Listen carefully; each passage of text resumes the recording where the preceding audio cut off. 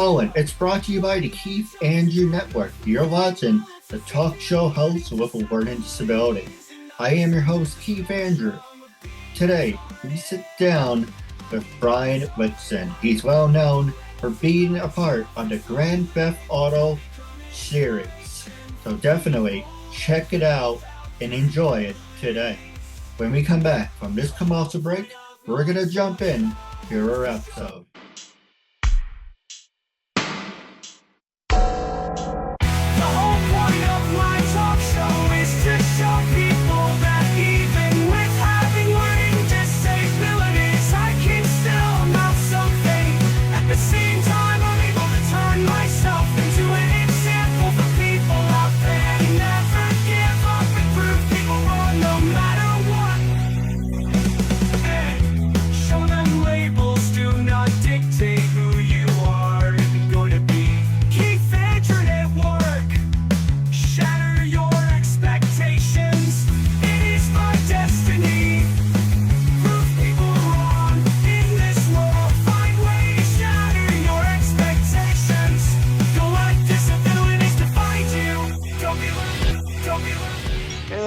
This is Brian M. Wixson.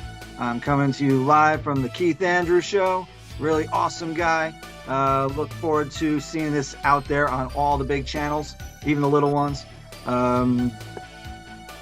You'd be really honored to be on his show because he's a really cool guy and he's got some really awesome dragons behind him. So get on his show. Ladies and gentlemen, I'm your host, Keith Andrew, and welcome to the Keith Andrew Network. The following's brought to you by the Keith Andrew Network, and you're watching the talk show host with a learning disability. I am your host, Keith Andrew. Along here is my good friend, Mr. Brian. He already introduced himself in the beginning of the show.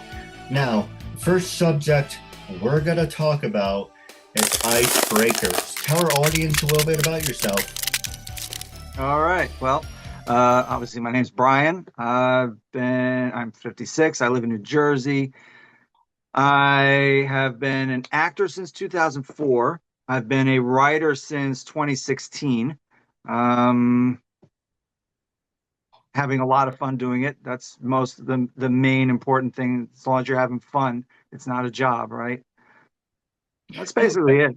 That's the biggest thing is once it starts feeling like a job, you're going to start hating it and you're going to start dreading it and it's going to go rock bottom from there. Yeah, that happened to me after 30 years of selling shoes.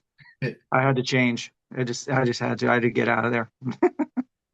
But that's the biggest thing. Once you start hating it, you're on a downward spiral. For me, I want to do this to the day I die. That's how passionate I am. But some people would say I walk around with my emotions on my sleeve. But you know what? It's better to see it than hide it. Because if you have a strong passion, just do what you love. Because then it's not a day's work. Agreed.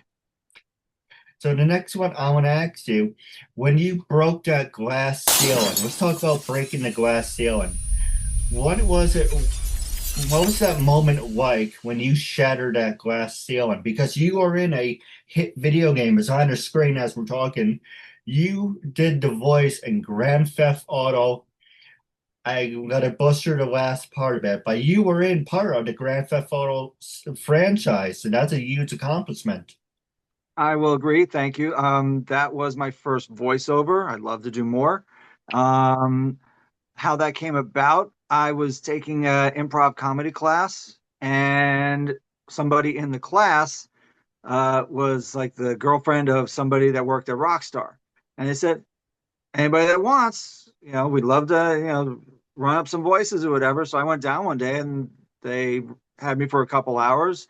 I got paid a little money, and like 5 years later or whatever, they saw my credit on IMDb. I was like, oh my God, that was like, I like took a picture of the check, all that fun, all that stuff that you do when you're like the big time. But yeah, but even more glass ceiling than that would be when I actually started making money writing, instead of just doing it for the fun of it and hoping and like piling the scripts up and seeing hopefully somebody will buy it. I actually got paid to write one. So I was like, woo, yeah. A woman over in London, her name is Michelle Eads.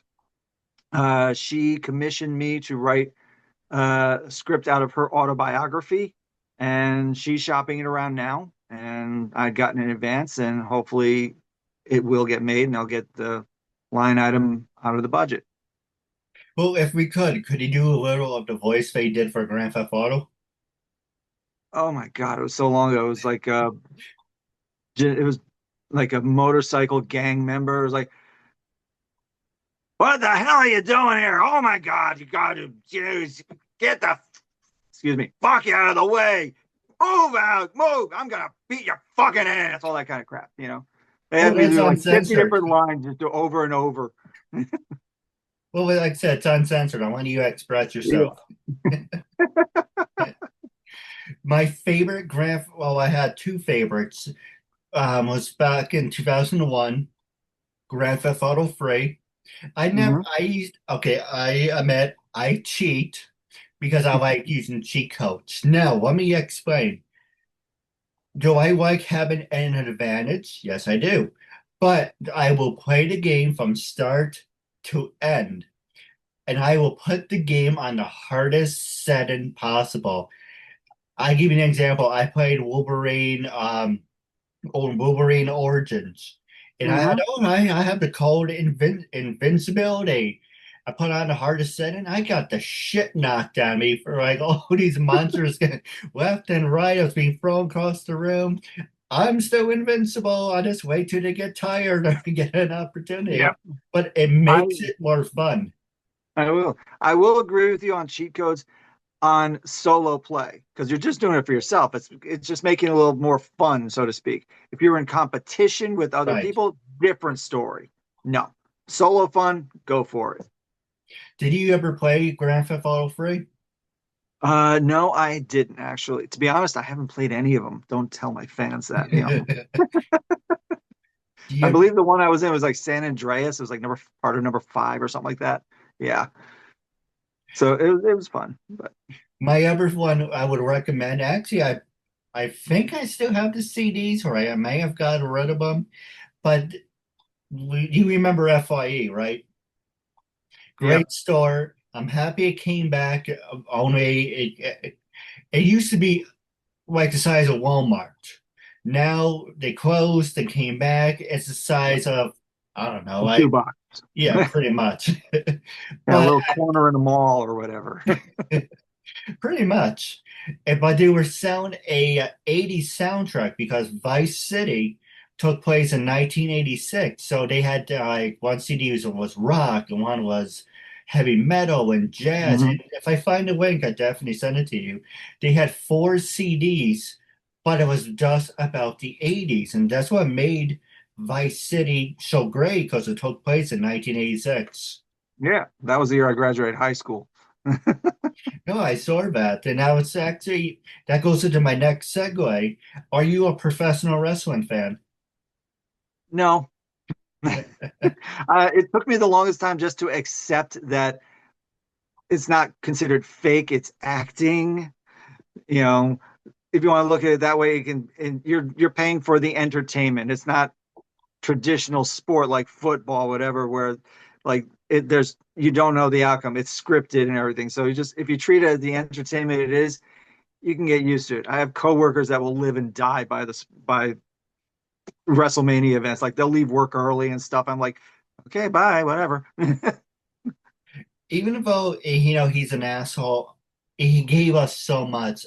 I love Vince McMahon because he gave me my childhood. Now, as a person, I don't really know him, but you look at so many great wrestlers, even though, yeah, he's another asshole too. Hulk Hogan.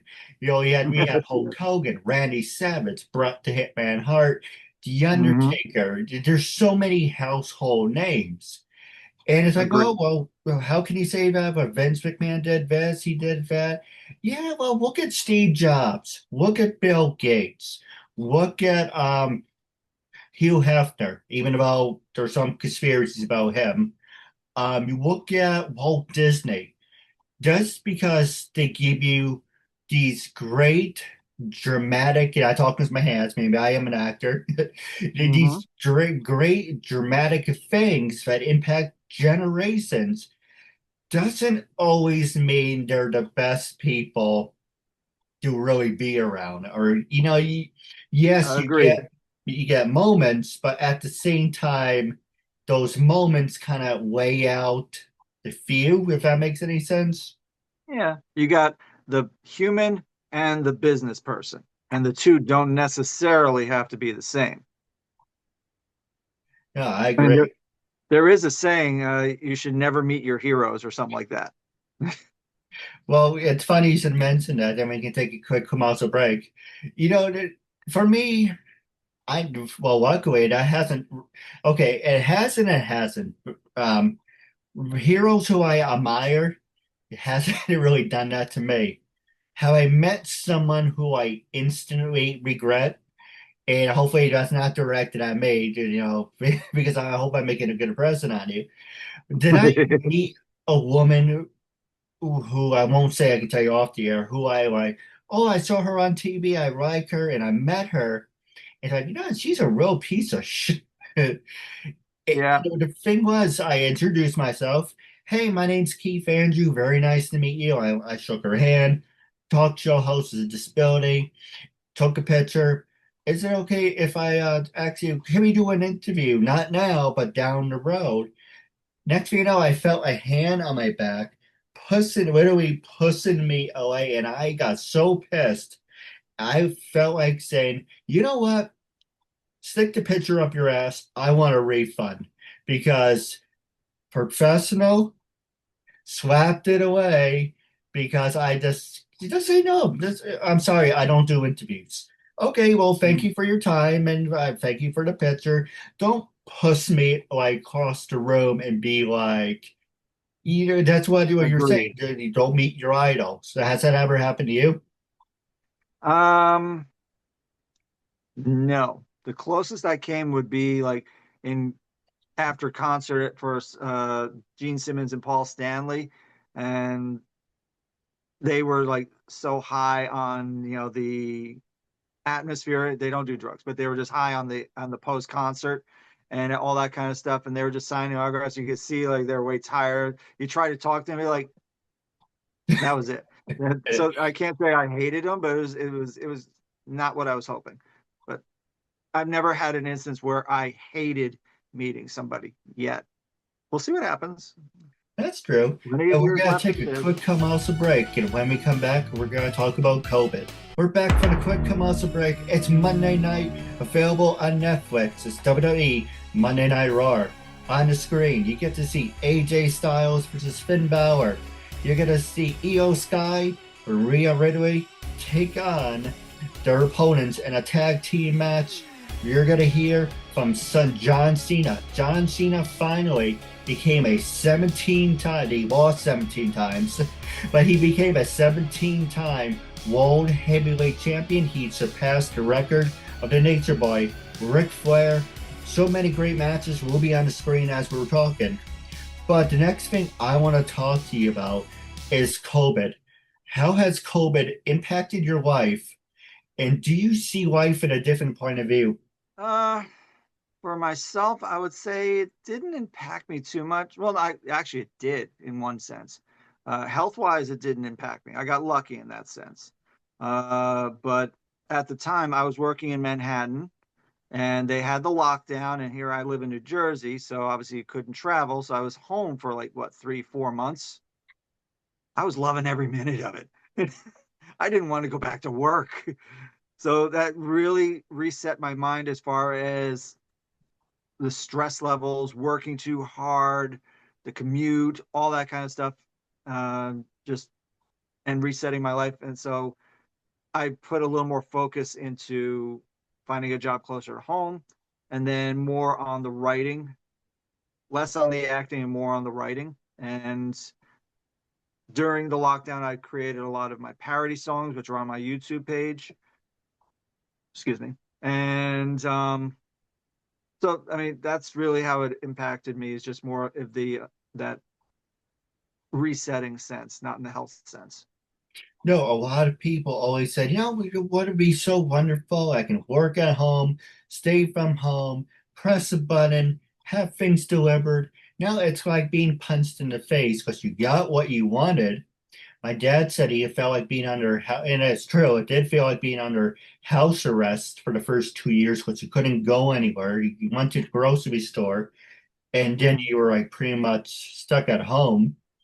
And when you say you want this, you want that, the expression of the grass is always greener on the other side, that may or may not be true. And the one reason I mentioned that, you are a big name in the entertainment world, and it's a real honor to have you on here. And you are a big star. You're part of the Grand Theft Auto franchise, and also on the screen right now. You were also in the movie, I'm gonna butcher the name, Annapolis. Annapolis, yeah. What can you I, tell us about that? And did you get the chance to work with James Franco?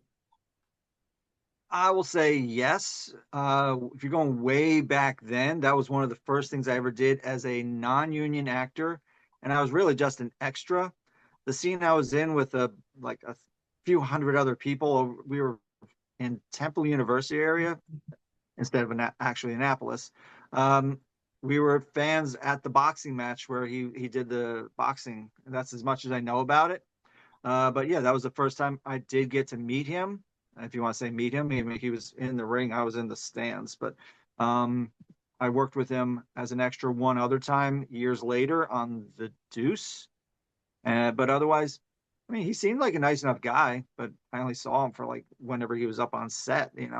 I didn't get to talk to him or anything. Um, Thank you for the compliment about being a big name and everything. But yeah, the other phrase I was thinking of is be careful what you wish for. Because yo, I would love to be home. Now I'm stuck home. That's what you're thinking.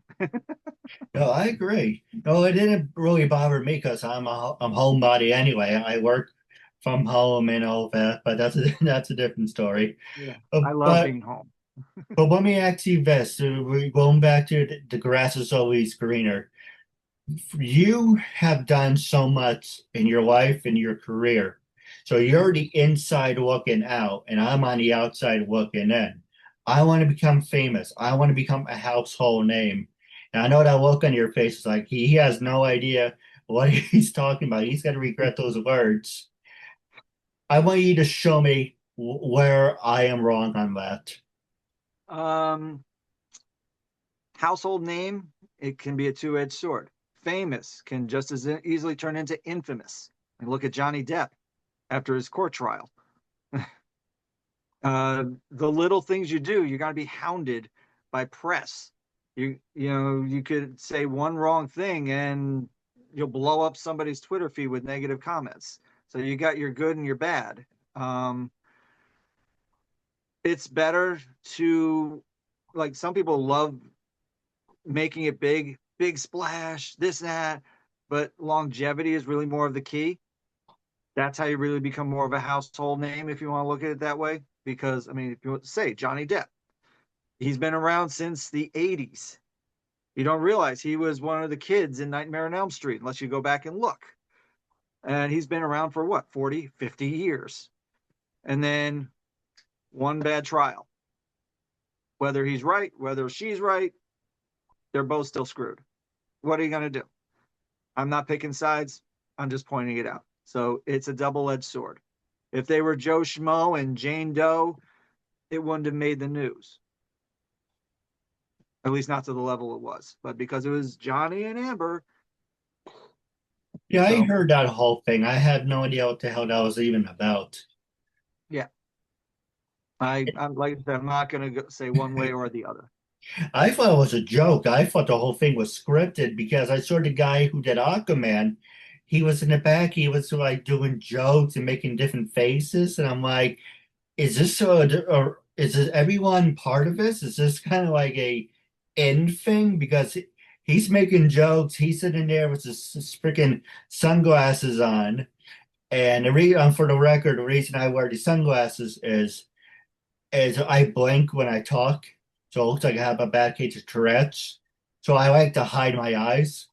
That's the reason I wear the sunglasses. Also, I'm staring at you, so one eye's here, one eye's here, so I'm kind of looking at the camera. So instead of looking like Mr. Magoo, I like to just hide Well, Mr. Magoo is like this. it. Ooh, Because that what hurt. everyone says when you do the interview, you're supposed to look directly at the screen at the green dot.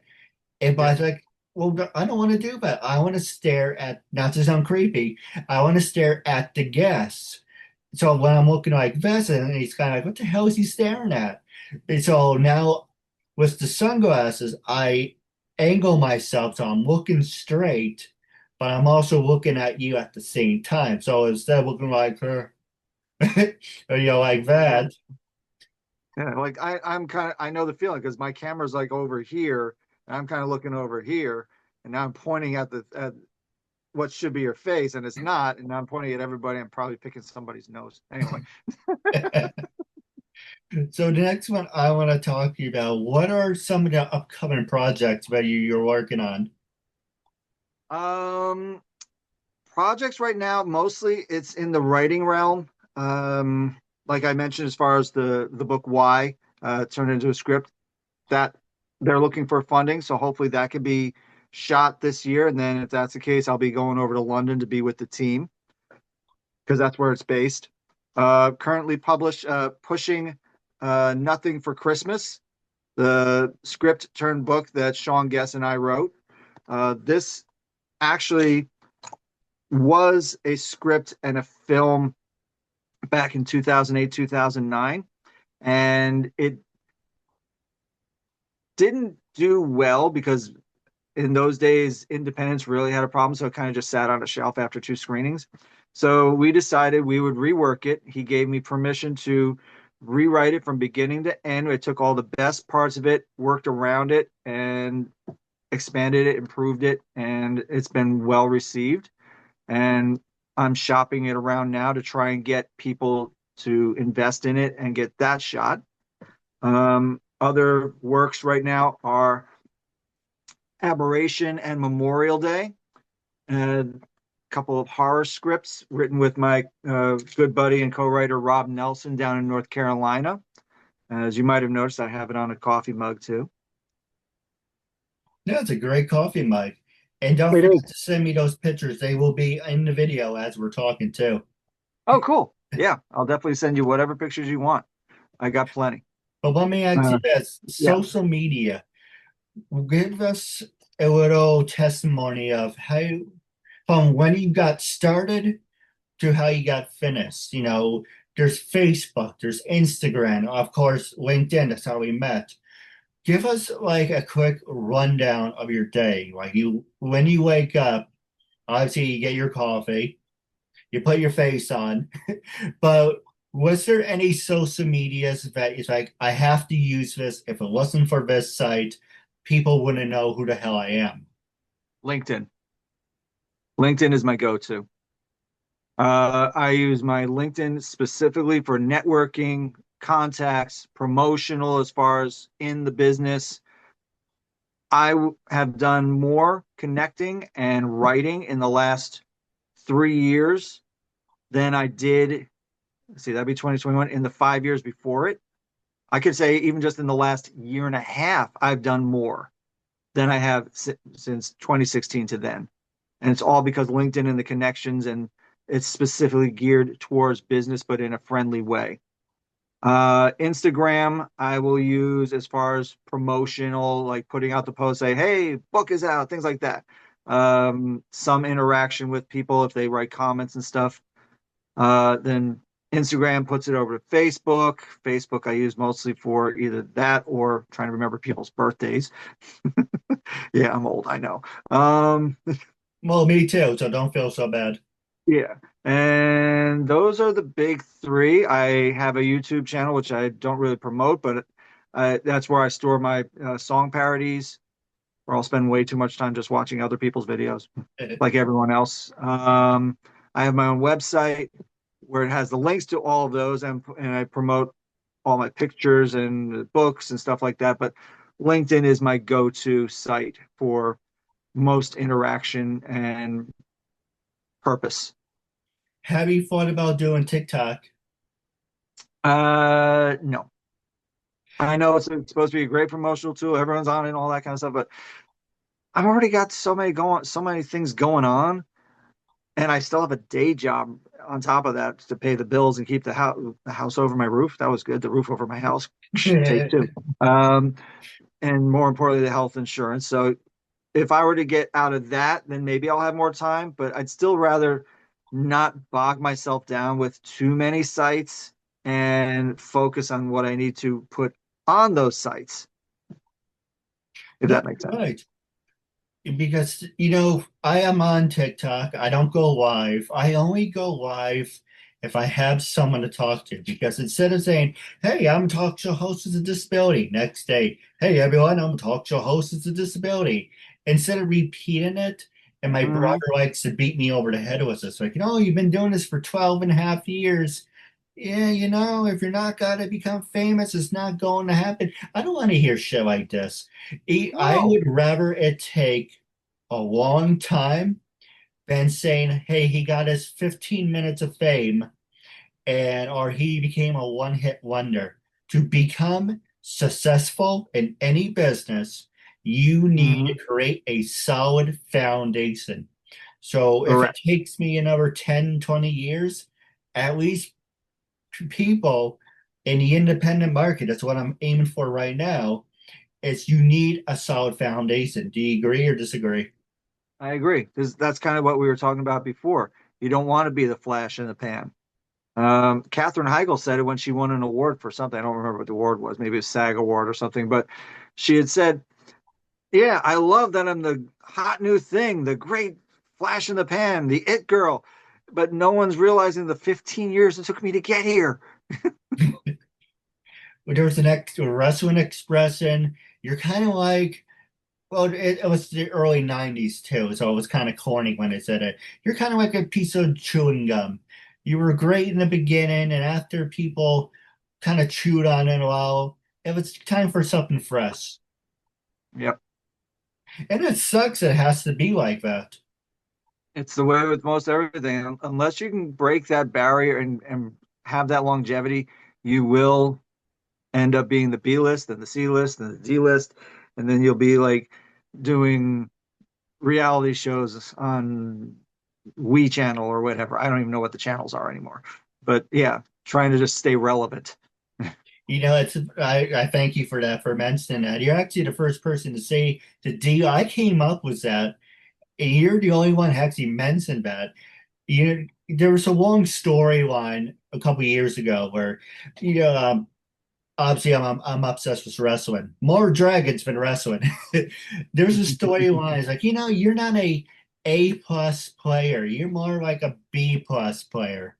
And I'm like, okay, everyone's like, here's the A list, here's the B list. I want to be a D plus player. I'm not saying not to be a dick. I want to be a D plus player because D is for disabled, and I'm a talk show host showing people's disabilities.